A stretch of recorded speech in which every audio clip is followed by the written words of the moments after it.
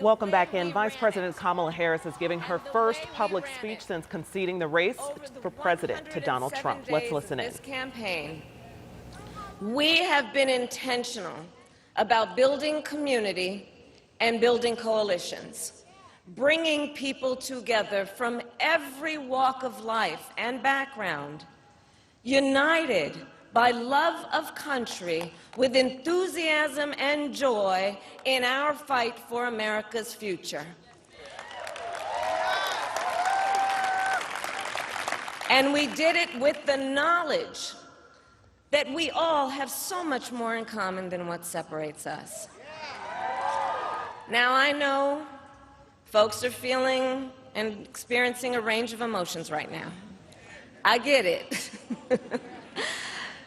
But we must accept the results of this election.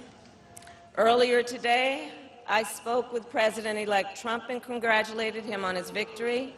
I also told him that we will help him and his team with their transition, and that we will engage in a peaceful transfer of power.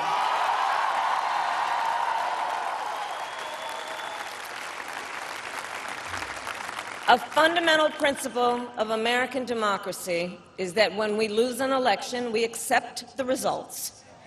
That principle, as much as any other, distinguishes democracy from monarchy or tyranny. And anyone who seeks the public trust must honor it. At the same time, in our nation, we owe loyalty not to a president or a party, but to the Constitution of the United States.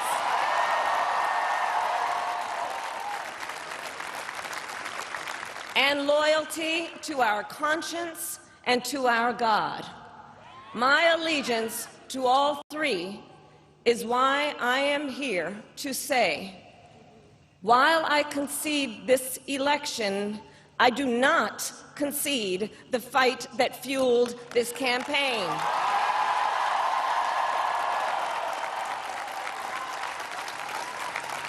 The fight for freedom, for opportunity, for fairness, and the dignity of all people.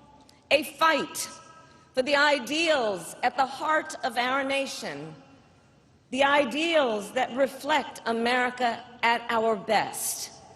That is a fight I will never give up.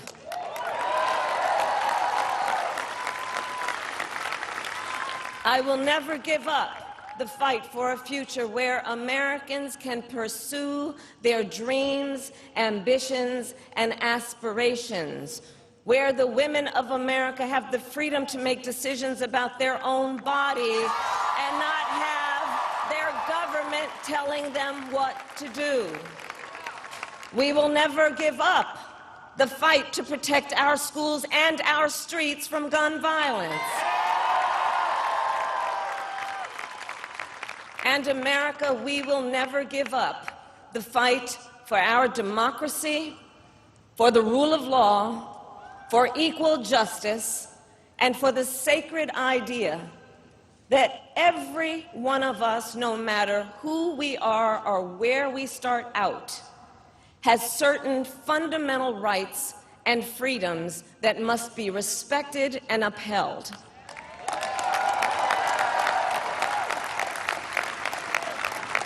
And we will continue to wage this fight in the voting booth, in the courts, and in the public square.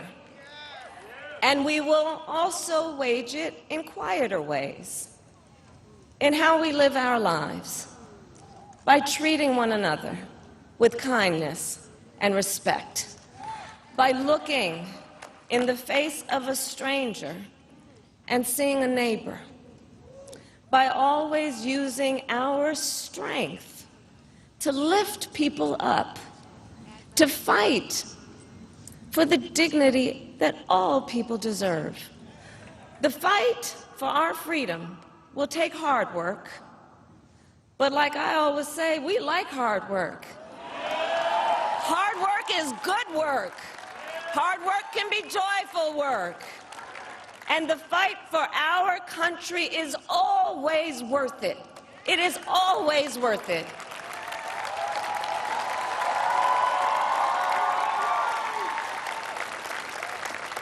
To the young people who are watching, it is... I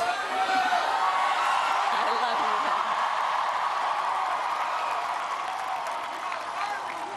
you. To the young people who are watching, it is okay to feel sad and disappointed, but please know it's going to be okay. On the campaign, I would often say, when we fight, we win. But here's the thing. Sometimes the fight takes a while. That doesn't mean we won't win. That doesn't mean we won't win. The important thing is don't ever give up. Don't ever give up. Don't ever stop trying to make the world a better place. You have power. You have power. And don't you ever listen when anyone tells you something is impossible because it has never been done before.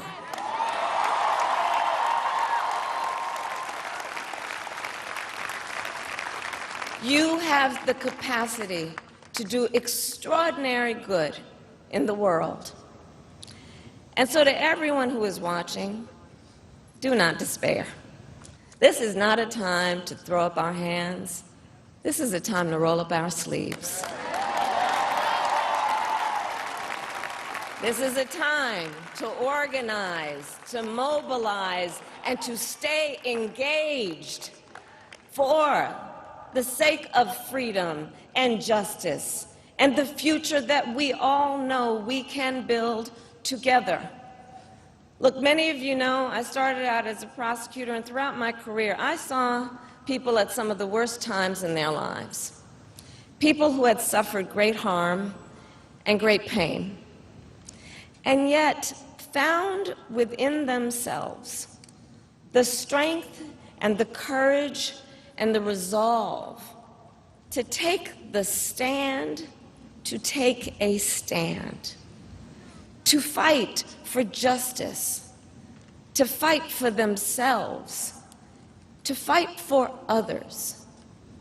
So let their courage be our inspiration.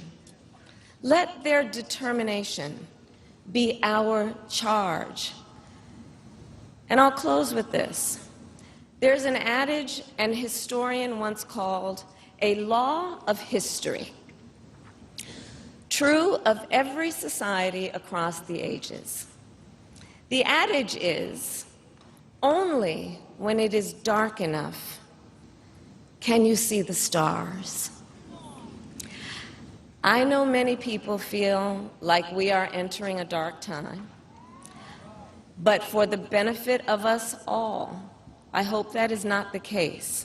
But here's the thing, America, if it is, let us fill the sky with the light of a brilliant, brilliant billion of stars.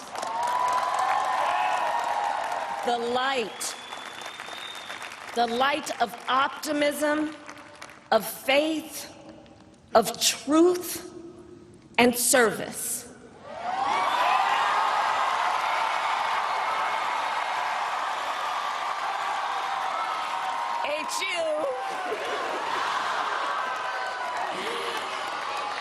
And may that work guide us, even in the face of setbacks, toward the extraordinary promise of the United States of America. I thank you all. May God bless you, and may God bless the United States of America. I thank you all. All right, that is Vice President Kamala Harris giving her concession speech, the first time we have heard from her since conceding the race for the White House to Donald Trump. She thanked her family. There's her husband there right now. She thanked her running mate, Tim Walz, and she said that we're going to accept the results of the election, that Democrats will accept the results of election. She also said that she made a phone call to President Trump as well. A couple hours ago. To congratulate him on the election. And so one of the things that was the key point of leaving here of her giving this speech was also that she would concede but not stop doing the work that she worked. While I concede the election, she said, I do not concede the fight that fuels this campaign.